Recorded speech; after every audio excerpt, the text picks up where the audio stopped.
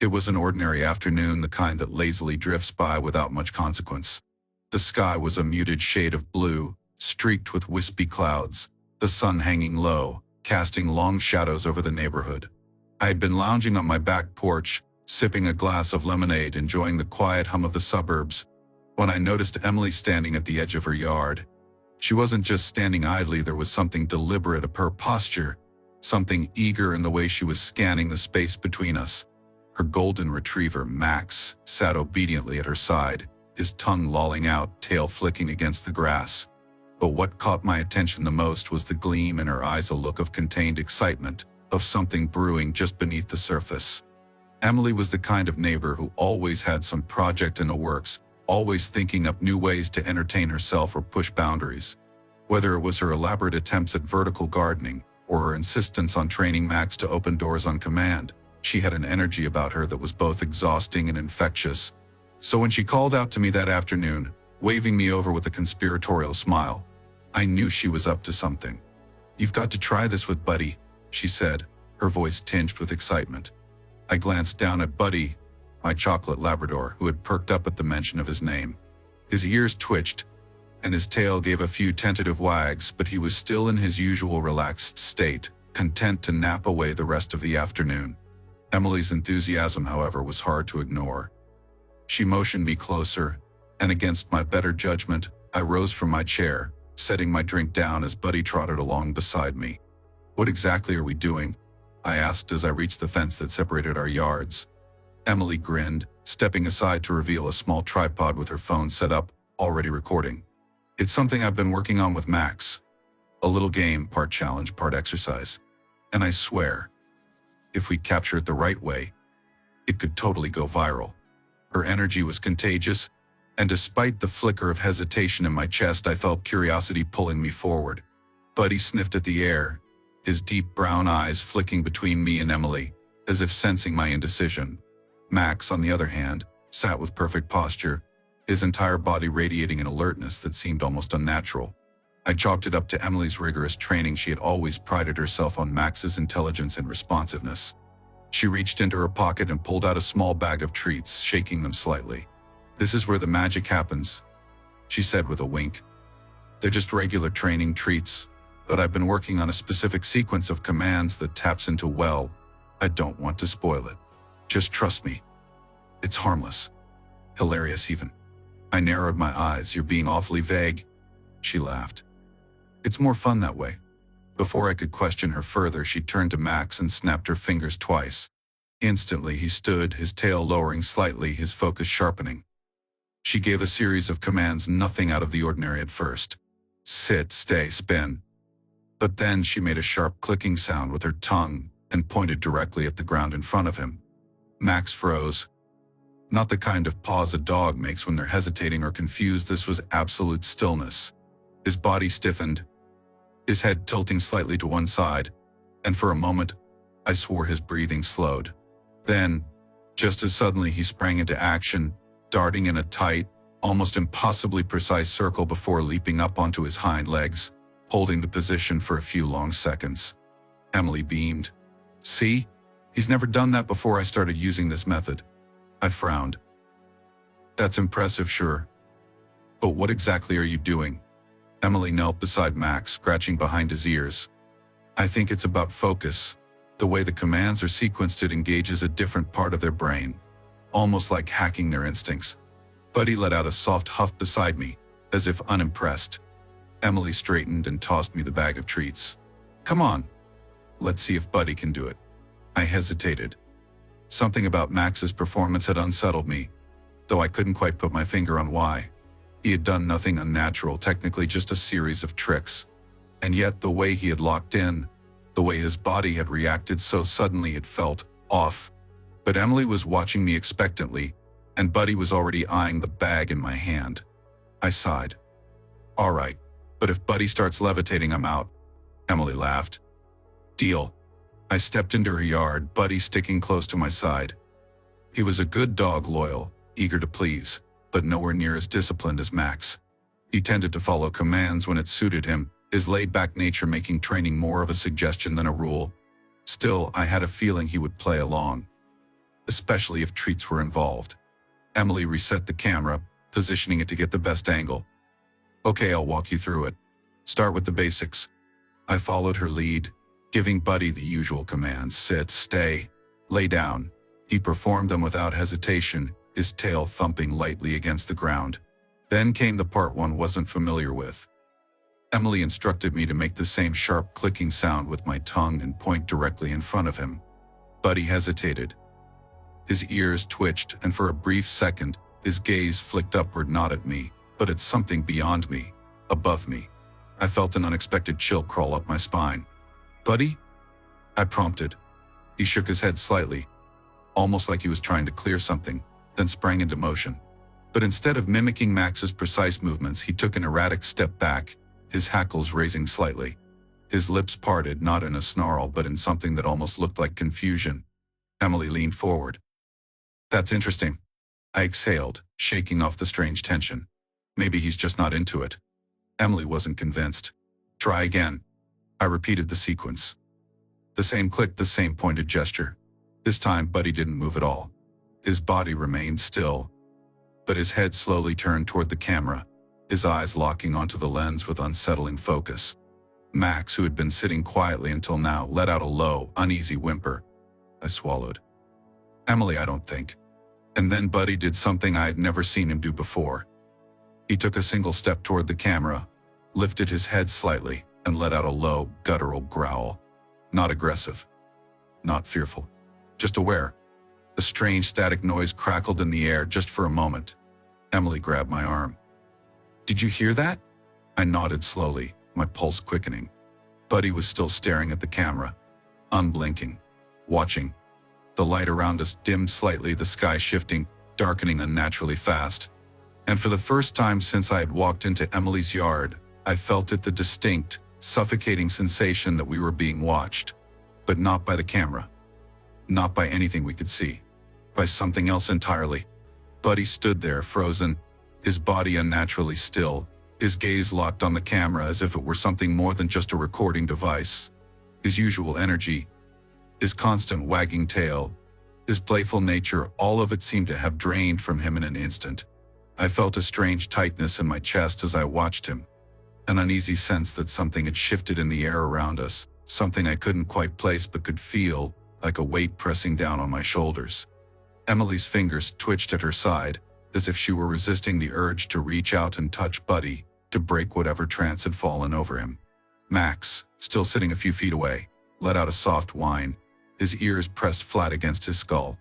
It was the kind of sound dogs made when they sense something wrong, something outside of human perception. The hairs on my arms rose, and for a brief moment I had the strangest feeling that we weren't alone.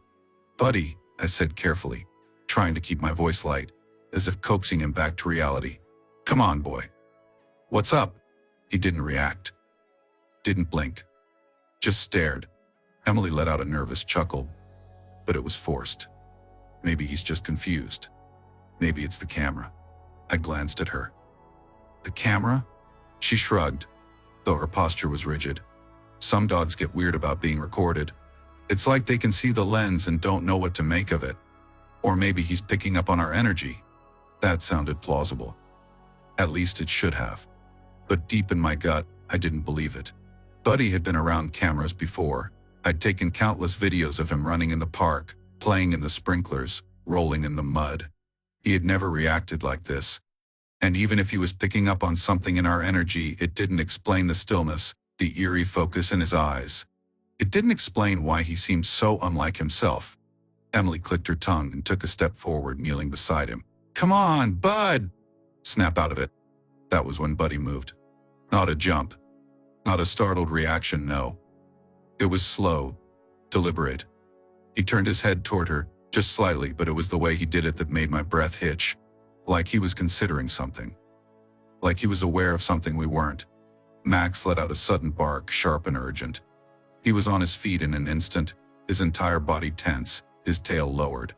His eyes flicked between Buddy and Emily, his stance protective. That was unusual. Max was well-trained, obedient to a fault. But now looked like he was assessing a threat. Emily hesitated, glancing at Max, then back at Buddy. A flicker of doubt crossed her face, the first real sign that she was beginning to sense what I was sensing. "Okay," she said slowly, standing back up. "Maybe this is weird." Buddy's head tilted again, his gaze still locked onto Emily. There was something so deeply unsettling about the way he was looking at her, like he wasn't seeing her at all, like he was looking through her. I forced a laugh, though my throat was dry. "All right, I think we're done for today." Emily nodded quickly, but neither of us moved. The wind shifted, a cool breeze rustling the leaves above us, carrying the scent of damp grass and something else, something faint, metallic, like the air just before a thunderstorm. My skin prickled, and for the first time I had the strongest urge to leave. And then Buddy's tail moved. Just once. A slow, deliberate wag. Something about it sent a jolt of unease through me. It wasn't happy. It wasn't playful. It felt like acknowledgement. "Buddy," I tried again, my voice quieter now. "What's wrong?" Still no response. Still no blink. His body remained stiff, except for that single movement of his tail, like a message only he understood. Emily exhaled sharply. "I'm gonna check the footage." She turned toward the camera, reaching for her phone. The moment her fingers brushed against it, Buddy let out a sound that made my stomach drop. A low, guttural growl. I had never heard that sound come from him before. It wasn't aggressive, but it wasn't exactly fearful either. It was something else entirely, something primal, something ancient. Max responded instantly, barking louder now, stepping forward as if trying to put himself between Buddy and Emily. "Whoa," Emily muttered, stopping in her tracks. "Buddy," I said again, my pulse quickening. I took a cautious step forward, reaching my hand out. "Hey, it's okay, Buddy. It's just us." And just like that, it was over. Buddy blinked. Just once. And then, as if nothing had happened, he shook out his fur and sat down, his tongue lolling out in a lazy pant. His eyes softened, his posture relaxed. He was back. Emily and I exchanged glances, neither of us speaking right away. My heart was still racing, the adrenaline still coursing through my veins. I wasn't imagining it. That moment, whatever it was, it had been real. Max was still stiff, still staring at Buddy with a wary expression, his ears twitching as though he wasn't fully convinced the danger had passed. Emily swallowed hard, then forced another laugh. "Okay, that was strange." I nodded. "Yeah, really strange." She picked up the phone, her fingers trembling slightly.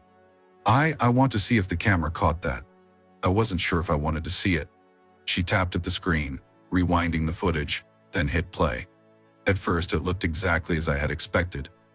Buddy standing still, staring at the camera, unmoving. Emily kneeling beside him.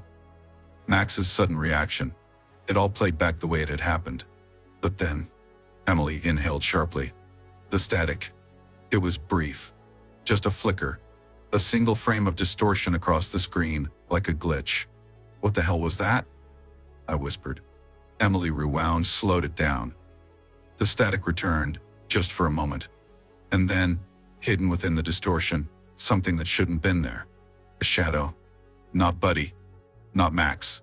Not us. Something else. Something standing just behind Buddy, its shape indistinct, its form stretching and twisting in the flickering haze. Emily's breath hitched. She dropped the phone. Neither of us moved. Neither of us spoke. Because we both knew. Buddy had seen it first. The silence stretched between us, thick and suffocating. As Emily's phone lay face up in the grass, the screen frozen on that single distorted frame. My pulse thudded in my ears, loud and insistent, but my body felt cold, locked in place as if something unseen had wrapped around my limbs and refused to let go. The shadow in the footage had been there, indisputable, undeniable. But what had unsettled me more than its presence was the unmistakable fact that Buddy had seen it first. Emily swallowed hard, her fingers twitching slightly as if debating whether to pick up her phone again. Max remained stiff beside her, his body still on high alert, his ears pulled back, his gaze flicking toward Buddy every few seconds like he expected something else to happen. And Buddy sat perfectly still, his tongue hanging lazily from his mouth, as if none of this had happened at all. But I saw it. I felt it. Something had changed in the air, an unspoken shift that rippled outward, invisible but present. I could feel it pressing against my skin, a tingling sensation at the back of my neck, the hairs on my arms still standing on end even though there was no wind, no movement. Emily finally exhaled, the sound shaky like she was trying to force herself back into some sense of normalcy. "Okay," she murmured, mostly to herself. That was. She didn't finish. Neither of us could. I bent down slowly, my fingers hovering just above the phone's surface before I picked it up. The moment my skin touched the device, a faint static crackled against my fingertips. I flinched, nearly dropping it again, but the screen remained frozen. "Did you feel that?" I asked, barely recognizing my own voice. Emily nodded, her eyes dark, like electricity. I pressed my thumb against the screen, rewinding the footage again, forcing myself to watch. The same moment played back, Buddy standing eerily still, the static glitch creeping in just for a second, and then that shape. The shadow loomed behind him, taller than him, stretching at unnatural angles, like it wasn't meant to exist in this space. It didn't resemble a person. It didn't resemble anything I could understand. And then, something new. On the second replay, I noticed it a flicker, almost imperceptible. The shadow moved. Not just a distortion. Not just a glitch. It shifted, just a fraction, just enough to suggest intention. I sucked in a breath. Emily must have seen it too, because she snatched the phone from my hands, rewound again, her fingers trembling as she slowed the frame down even further. The shadow moved. Again. Deliberately. "Jesus," she whispered. I swallowed, my throat dry. "What is that?" She shook her head. "I don't know. But I think..." Her voice cut off abruptly, because Buddy had started growling again. Low, deep, barely audible.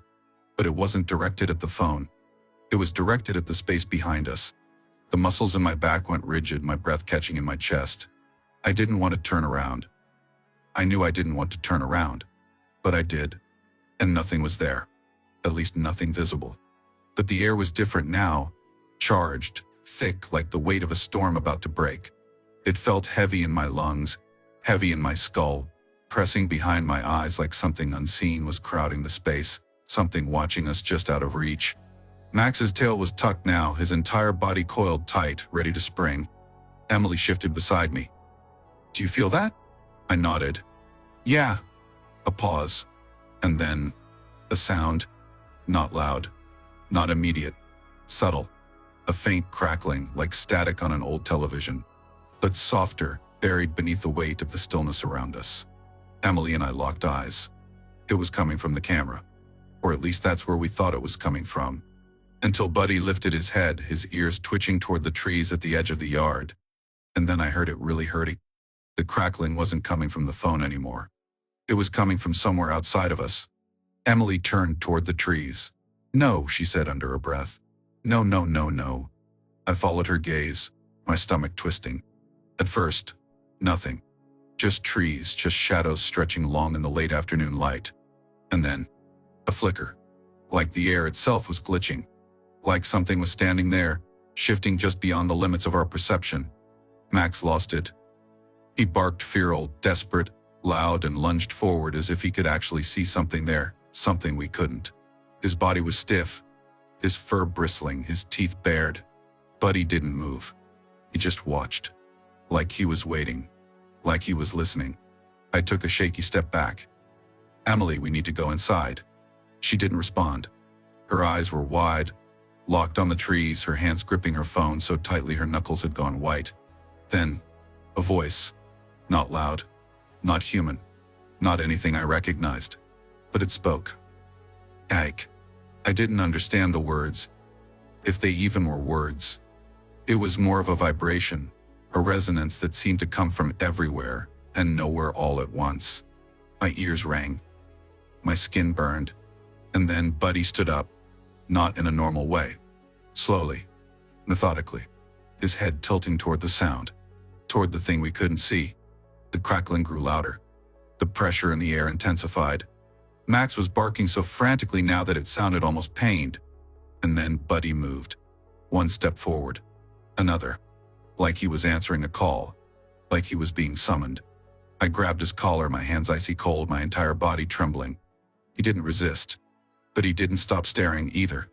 Emily's voice finally returned, hoarse, broken. What the hell is happening? I didn't know. I didn't want to know. Because something was out there. Something had been watching us this whole time. And now, it knew that we knew. The air had changed, thick with something unspoken, something unseen yet undeniably present. It pressed down against my skin, a weight that wasn't physical but felt no less suffocating. The yard, once an ordinary patch of suburban tranquility, now felt stretched, distorted, as if the space itself had been tampered with, pulled at the edges by unseen hands. The crackling sound still lingered, a faint hum in the distance weaving in and out of my hearing like a frequency that didn't belong in this world. It wasn't mechanical. It wasn't human. It was something else entirely, something that existed beyond the limits of understanding, just out of reach but undeniably close. Buddy's posture had changed again, no longer stiff but poised, like an animal responding to a call that only he could hear. His body was alert, his head tilted in a way that suggested he was listening not to us, but to something else. His eyes, dark and deep, seemed almost vacant now, not blank but open, as if taking in something beyond the visible spectrum. He wasn't afraid. He wasn't hesitant. He knew. The trees at the far end of the yard looked darker than before, their branches bending slightly even though there was no wind. The world had gone eerily still, the familiar background noises of the neighborhood, distant cars, chirping birds, the rustle of leaves gone. The silence had settled, not the peaceful kind, but an expectant one. The kind that comes before a storm.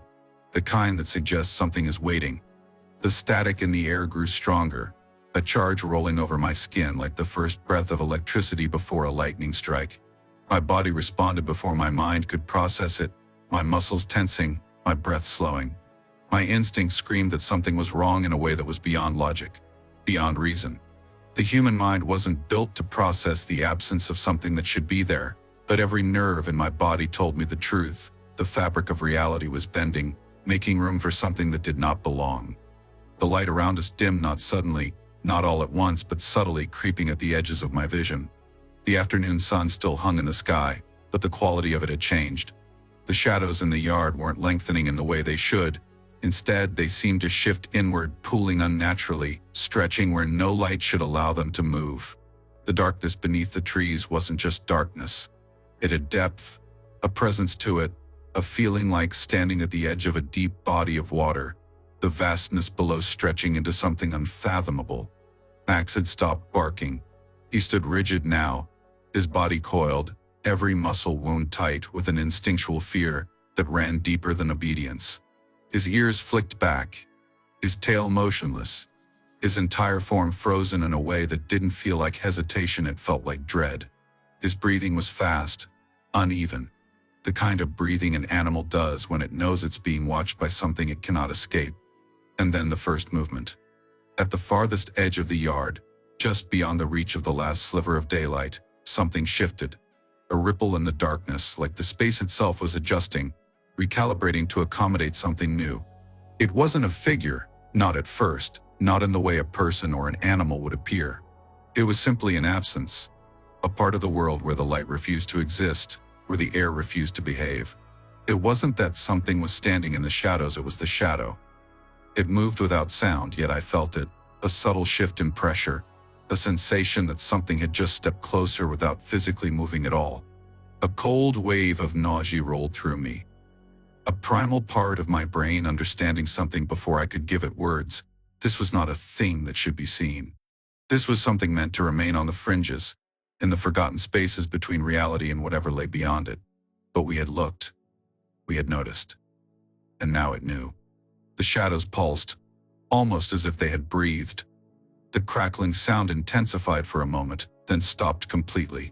Absolute silence. And then the figure stepped forward. It didn't emerge in a way that made sense. It didn't move like a person stepping from darkness into light. It simply became one moment a distortion, the next something defined, though not entirely formed. Its shape was fluid, shifting in ways that defied comprehension. It had limbs, but they weren't right, elongated in ways that suggested they weren't meant for this world. The outline of a head, a presence of features, though they never settled long enough to be understood. It was there, but it wasn't. Real, but not in a way reality had ever intended. Buddy took another step forward, his body moving with eerie precision. His tail was still now, his breathing slow, steady. He was waiting, listening, and then the thing turned its head toward him. The movement was slight but undeniable. The weight of its attention shifted, settling on Buddy in a way that made the very air seem to constrict around us. It wasn't random. It wasn't mindless. It saw him. A strange pull rippled through the space, something unseen but felt, a force both subtle and immense. The shadows seemed to lean toward Buddy, curling slightly at the edges as if drawn toward him. Something was happening. Max let out a sharp, high-pitched whimper and took a step back. His eyes flicked wildly between Buddy and the figure, his entire body radiating panic. But Buddy didn't move. He remained still, his gaze locked with it, his body calm, his breathing unshaken. And then he nodded. It was small, almost imperceptible. But it was intentional. The shadows rippled in response. A sound deep, reverberating, not of this world, rolled through the air. A vibration rather than a noise, something that settled into my bones rather than my ears. My vision blurred for a moment, my body resisting the unnatural frequency of it. And Buddy stepped forward. The thing followed. The world seemed to tilt, the space around us bending, warping. It wasn't just happening in front of us anymore, I felt it everywhere. The air around my skin felt different, heavier, charged with something I had no name for. The ground beneath my feet shuddered, as if something beneath it was shifting. Then, the light changed. Everything dimmed at once, the world cast in shadow, not the kind that comes with sunset, but something else, something deeper. The colors of the world bled out, the yard reduced to muted tones of gray and black. Buddy was barely visible now, his dark fur blending into the unnatural darkness that had taken over. And the thing was stepping closer still. Reality was bending. Something was crossing over. And we had no way of stopping it. Buddy stood at the edge of the shifting darkness, his body still, his breath slow, his head held high in a way that was almost regal. He was not afraid. He was not hesitant. He was waiting. The figure before him, that thing which had stepped from the depths of the unnatural void, loomed in silence, studying him, acknowledging him. The air between them was thick with something I couldn't comprehend, something weightier than simple recognition. It was understanding. It was agreement. The world around them continued to bend, light fading, sound warping, as if reality itself was retreating, making space for something older, something that had been waiting beyond the veil of the scene. The air carried a strange resonance now, a deep vibration that did not come from any physical source, but rather from the very fabric of the space we stood in. My limbs felt heavier, my mind slower, my thoughts scattered like they were being pulled apart and reshaped by something unseen. Max had stopped moving entirely, his chest rising and falling in quick, sharp breaths. His ears flattened, his tail tucked, but he did not run. It was as if he knew that running was no longer an option. I felt the same weight, the same dreadful certainty that we had passed a threshold that could never be uncrossed. Buddy took another step forward. The darkness responded. It pulsed, shifting outward, tendrils of shadow flickering along the edges of the grass, wrapping around the bases of the trees, creeping forward as if drawn to him. He was not resisting. He was not turning away. He was embracing it. And then, from the void, others began to emerge. Shapes that did not belong to any world I had ever known. They moved without sound, without form that could be fully understood, their bodies indistinct, flickering between solidity and mist, between shadow and substance.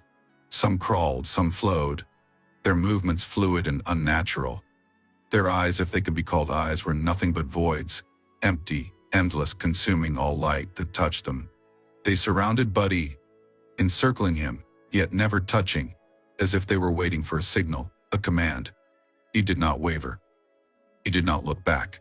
Something in my gut twisted, a cold, unbearable realization taking root in my chest. This was not coercion. This was not possession. This was choice. Buddy had chosen this. He had not been taken. He had not been lured. He had become. The air itself seemed to tremble as more of them poured from the darkness.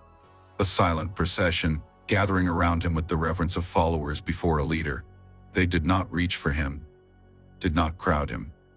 They stood with him, behind him, as though they recognized something in him that had been waiting to awaken.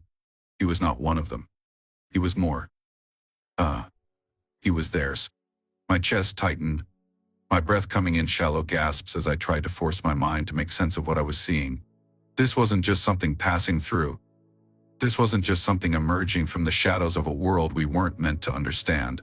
This was a shift. Something fundamental had changed, had clicked into place, as if everything that had led to this moment had been inevitable.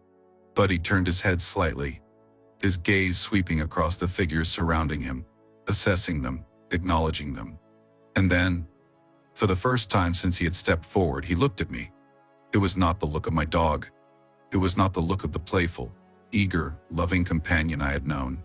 His eyes were sharp, aware, commanding, and they knew me. Not as an owner, not as a friend, as something lesser. A dull ringing filled my ears, my hands shaking at my sides. My body wanted to move, to run, but there was nowhere to go. The world had shifted, and I was standing on the wrong side of it. Buddy lifted his head slightly, and the figures around him responded. They moved as one, a seamless motion, shifting forward, their forms flickering as they followed him. He walked toward the tree line, toward the deepest part of the unnatural black, and they went with him, obeying without hesitation. He had become their leader, their guide, their herald. Max whimpered again, low and broken, but he did not move. He, too, understood. This was not something we could stop. This was something that had already happened. But he did not slow. He did not hesitate. And just before he stepped into the full embrace of the shifting dark, he turned once more. A flicker of something familiar passed over his face, not hesitation, not regret, but acknowledgement.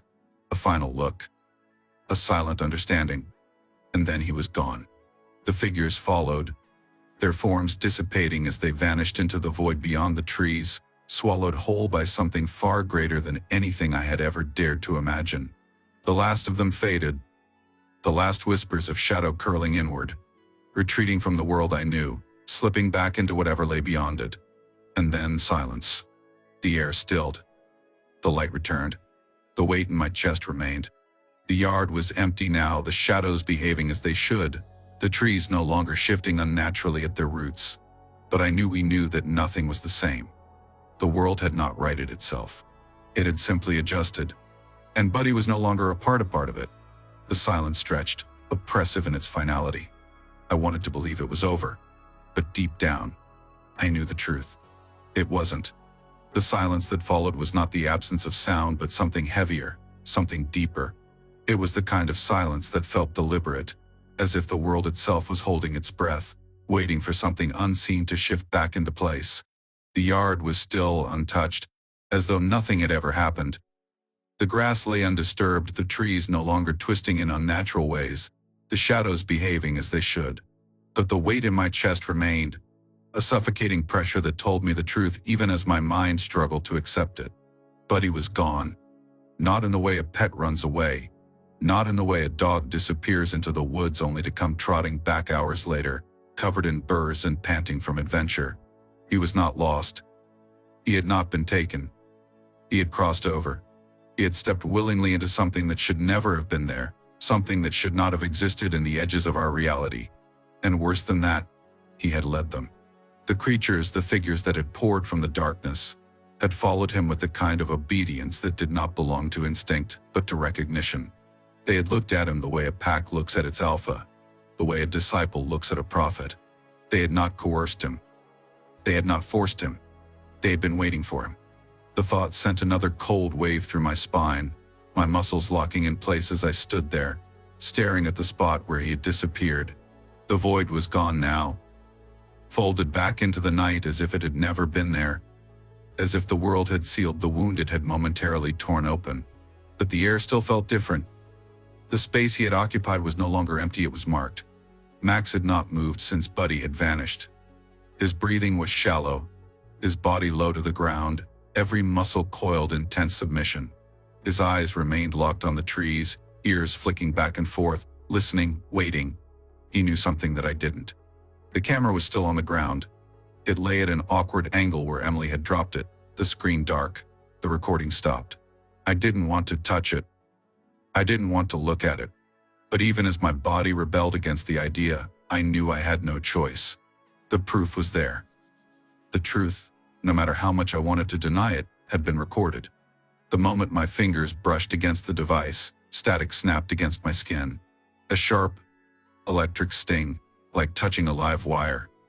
I flinched but forced myself to pick it up, turning the screen toward me. The battery indicator blinked low, the recording file still open. I pressed play. The footage was distorted, the screen flickering, the image warping in places where the shadows had been strongest.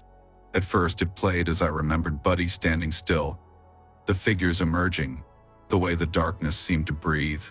But then, something new. Something I had not seen before. In the seconds before Buddy had disappeared, just before he had stepped forward and led them into the void, the camera had caught something else. A frame that had lasted no longer than a blink but was unmistakably there. A face. Not Buddy's.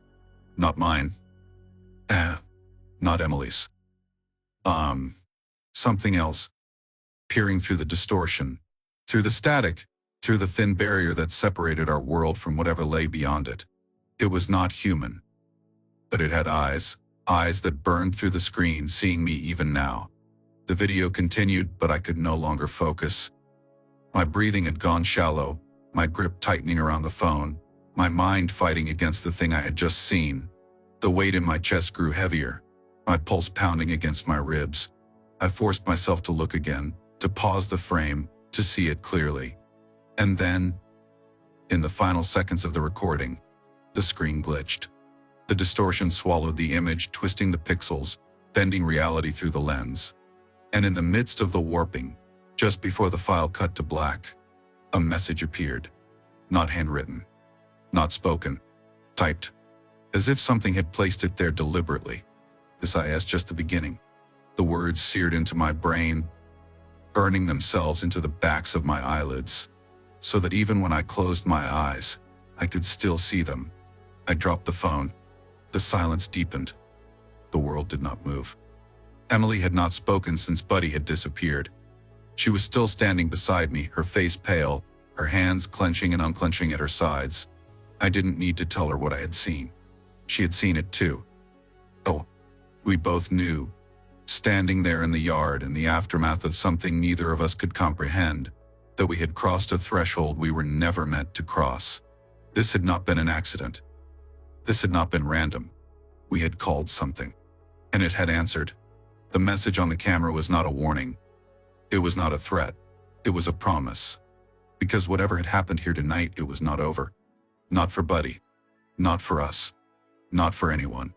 The darkness had left a door open. And something was still waiting on the other side,